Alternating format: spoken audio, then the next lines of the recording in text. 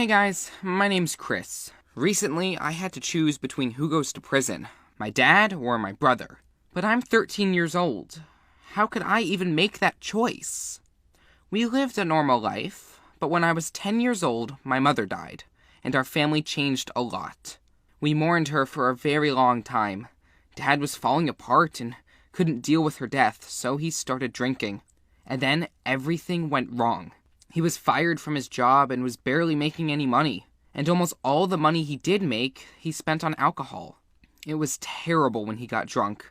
His mood was like a roller coaster. At first he would cry, then scream, and get angry. Then my brother Bruce took on the role of father in our family. He always protected and cared for me. For 3 years we struggled with misfortune, but things got better. We talked a lot with my dad, and he started drinking less. Bruce turned 18 and found a good paying job. We had hope for a normal future, but one night, everything got turned upside down. One day on a weekend, Dad got us a surprise. He had bought tickets to a baseball game. Hooray! We were going to spend the day like a normal family. Dad took us to the stadium and we watched the game. Bruce and I were so happy, but it couldn't have been that good. Dad ended up meeting his friends and left us to watch the game with them. We agreed to meet near the car in 2 hours. But when our game ended, our dad never came. We tried to call him, but he wouldn't answer. We stood by the car for over an hour, and he finally showed up. He could barely stand on his own 2 feet. Apparently, he had gotten drunk with his friends. It really pissed Bruce off and ruined his evening. He took Dad's keys and said he'd drive us himself. We got in the car and drove off. But Dad was aggressive. He kept telling Bruce how to drive, and it was really annoying him. They were fighting and yelling at each other. I didn't want to hear it, so I just closed my eyes and put my hands over my ears. But then it felt like the car jumped, and when I opened my eyes, the last thing I saw was the windshield breaking. When I woke up, I didn't know where I was. I raised my head and saw my brother. He was sitting next to me, covered in scratches and bruises. I was immediately frightened, but he calmed me down. He said that everything was fine. We had been in an accident, but we were lucky because we were almost unharmed. I exhaled. Then I asked where our dad was. Bruce said he was fine, he's just in the other room. But then I remembered their fight and said, "We crashed because he distracted you, right?" This question made my brother think for a moment. Then he said, "Listen, Chris, the police came. They asked about the incident, and I told them that our father was driving, not me."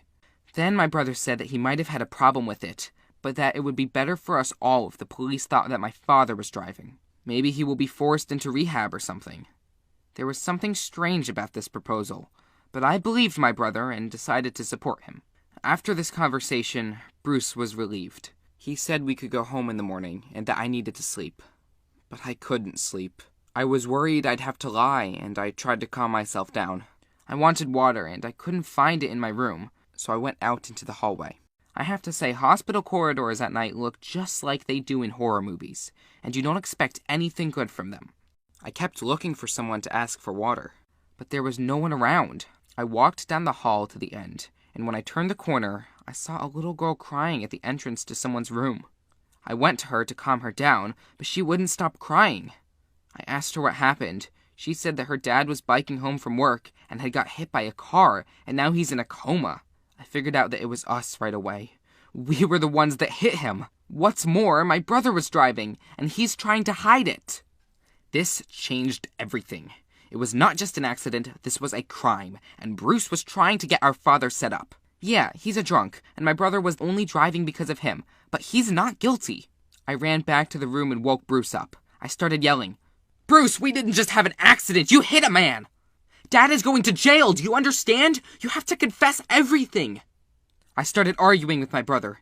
He said, "You don't want me to go to jail. I know it's bad, but think about it. Who's going to take care of you? Dad?" Then I said that it didn't matter. A little girl was sitting in the hallway and had no idea whether her father would survive or not. And it was because of Bruce. It was a very difficult choice. One of my loved ones would be in prison, and I had to choose who it would be. And it's not a choice between right and wrong. But I had already made up my mind when I saw that girl. The truth can be unpleasant and painful, but I didn't want to make a deal with my conscience. So I had to find Dad and call the cops and tell them everything. When I went to the entrance, I saw Dad being led out by 2 policemen. I ran up to him and wanted to tell him everything, but my father stopped me. He asked the officers for a few minutes to talk to me, in private. He told me to keep it a secret that Bruce was driving. It turned out that Dad told the police he was driving, and that he hit the cyclist. I tried to stop him, but he made that decision on his own. It looks like he really felt guilty about it. He was taken away, so now it's just my brother and me.